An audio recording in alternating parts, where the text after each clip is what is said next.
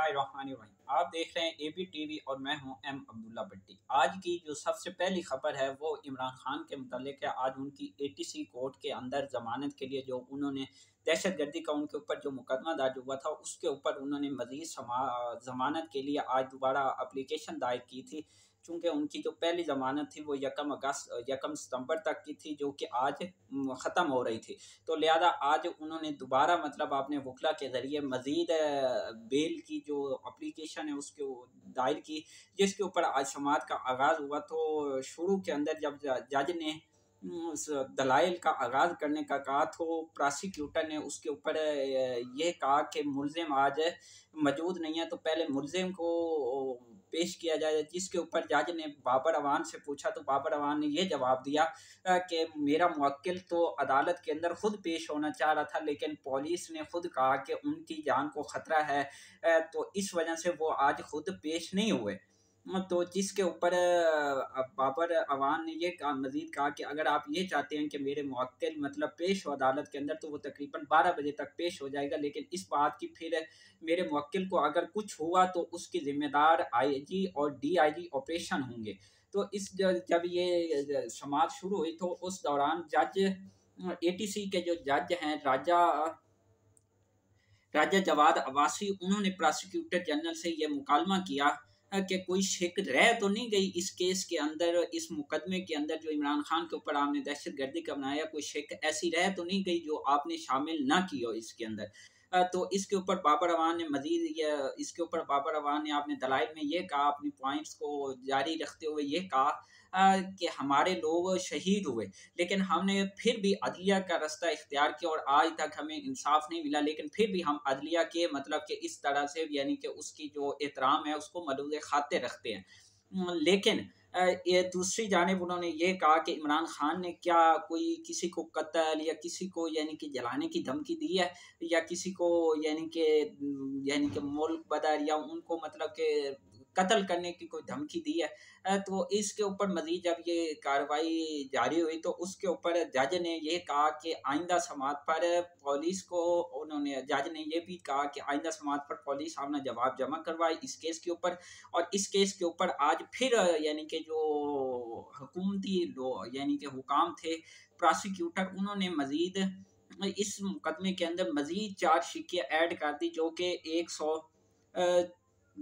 1 है 186, एक है दफ़ा 188 और एक दफ़ा 504 है और एक दफ़ा 506 है। ये मज़ीद दफ़ात जो हैं उन्होंने मज़ीद इसके यानी कि जो एफआईआर है उसके अंदर यानी केस के साथ नत्थी कर दी, जिसके ऊपर जज ने कहा कि कोई शिक रह तो नहीं गई कि जो आपने मज़ीद ना लगानी हो। ये प्रोसिक्यूटर से राजा जवाद अब्बासी का ये सवाल था।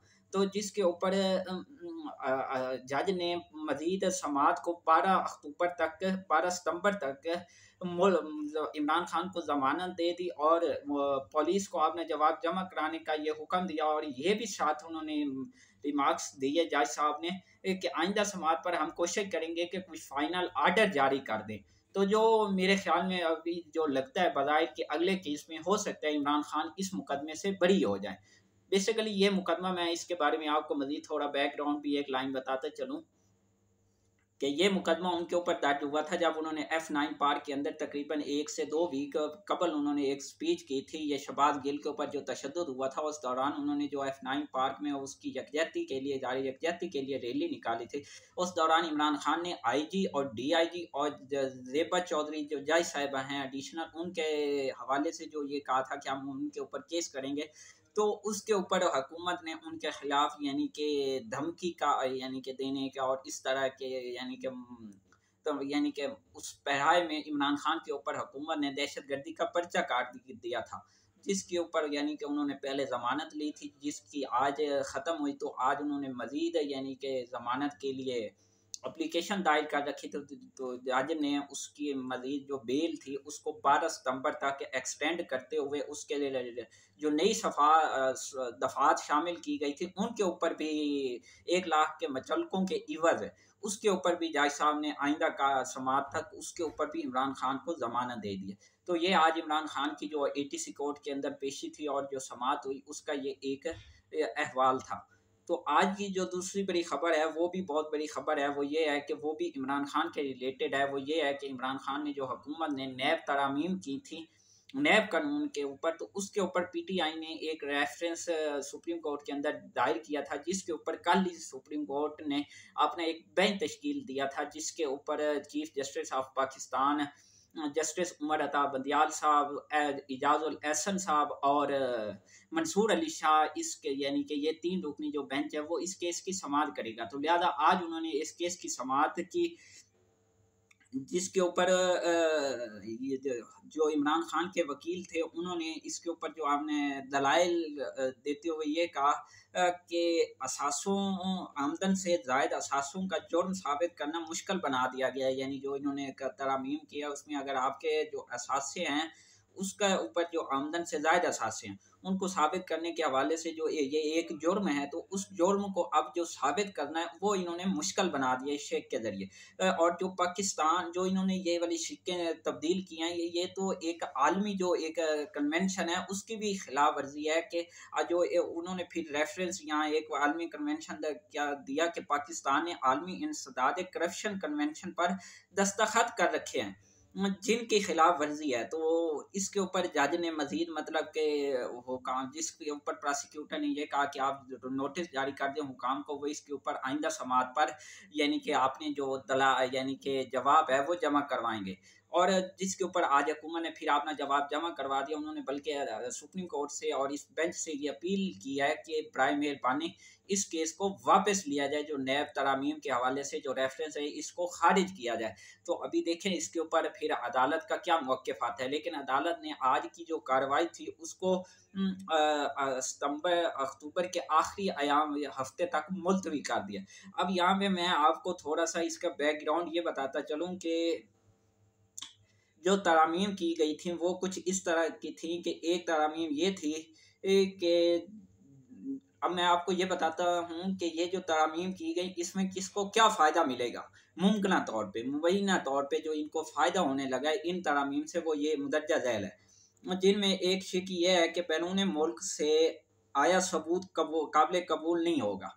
अब ये रिलेट करता है मरियम नवाज का जो कैलबरी फॉन्ट वाला जो एक केस था फ्रॉड था उसके साथ न थी, क्योंकि उसमें उनको सजा भी हुई। अब जब ये वाला एक पॉइंट उधर से खारिज हो जाएगा इस कानून के जरिए, इस ऑर्डिनेंस के जरिए, तो ऑटोमेटिकली जो मरियम वाला कानून है वो ख़त्म हो जाए, जो उसकी सजा है वो ख़त्म हो जाएगी। इसी तरह एक सेक्शन है 14, वो कहता है कि मुल्ज़िम के असासों की जो मनी ट्रेल की जिम्मेदारी है वो ख़त्म कर दिया है। इससे क्या फ़ायदा होगा, इसमें जो नवाज शरीफ के खिलाफ मुकदमात हैं वो ख़त्म हो जाएंगे। इसी तरह जो एक सेक्शन है वो 9A है, उसमें असासों की जो तारीफ है वो तब्दील कर दी गई है। उसमें यह कहा गया है इससे क्या फ़ायदा होगा, इससे शहबाज शरीफ और जरदारी के जो जाली टीटी है और बैंक अकाउंट्स केस है वो ख़त्म हो जाएगा। इसी तरह जो सेक्शन एक और है 9AX, ये सेक्शन 5S जो कि मफाद आमा के केस में कम अज़ कम मुतासरीन की हद 100 कर दी गई है, यानी कि जो गवाह हैं उनकी जो तादाद है वो 100 होगी तो वो केस मतलब कि वो अदालत के अंदर परसू हो सकेगा, अदरवाइज नहीं। इससे क्या होगा, ख्वाजा साद रफ़ीक के खिलाफ जो केस है जिसमें 76 मुतासरीन है वो ख़त्म हो गया उनके खिलाफ। इसी तरह एक और जो सेक्शन जो इन्होंने तरामीम किया नैब के अंदर वो सेक्शन 4 है, जिसके अंदर ये कहा गया रेगुलेटर्स और ब्यूरोक्रेसी के जो मुकदमात हैं जो बददियानती हैं उनके फैसलों को मुकम्मल तहफ़्फ़ुज़ होगा, कि यानी कि ब्यूरोक्रेसी जो फैसले देगी किसी के भी हवाले से उनको मुकम्मल तहफ़्फ़ुज़, चाहे वो ठीक होंगे गलत होंगे। यानी कि उसमें आपने वो देखा होगा कि पिछले दिनों वो 2 प्रोसिक्यूटर इसके अंदर यानी कि जो इन्वेस्टिगेशन कर रहे थे जो शहबाज शरीफ वाले केस को, वो बेचारे दिल का दौरा पड़ने से उनका इंतकाल हुआ क्योंकि उनको प्रेशराइज किया गया था। तो ये मुल्क के अंदर यानी कि इस तरह से इससे क्या होगा, इससे ये होगा कि जो राजा परवेज अशरफ का केस है और शाहिद खकान अब्बासी के जो केस है वो ख़त्म हो जाएंगे। और इसी तरह एक और जो केस है वो है जी सेक्शन 23, इसमें यह कहा गया कि मुल्ज़िम दौरान तफ्तीश अपने असासा जात को फ़रोख्त कर सकता है। इससे क्या होगा, इसमें थर्ड पार्टी इंटरेस्ट की वजह से तफ्तीश और असासे की बाजियाबी तकरीबन नामुमकिन है, क्योंकि वो जब बिक जाएगा तो उसके सबूत ही नहीं होंगे ना। वो प्रोसिक्यूटर जो एक यानी कि उसकी इन्वेस्टिगेशन कर रही है वो कैसे उसको यानी कि उनको मतलब के जांच पड़ताल कर सकेगी। तो ये इन्होंने मतलब इस तरह की तरामीम की हैं जो कि ये कहते हैं कि हमने बजाय नैब को एक किस्म का इन्होंने नैब को ताला लगाना रह गया था, बाकी तो इन्होंने मतलब कि नैब के पर काट दिए। इसी तरह सेक्शन जो 23 है उसमें ये कहा गया कि चेयरमैन नैब किसी जगह को पुलिस स्टेशन या जेल डिक्लेयर नहीं कर सकता।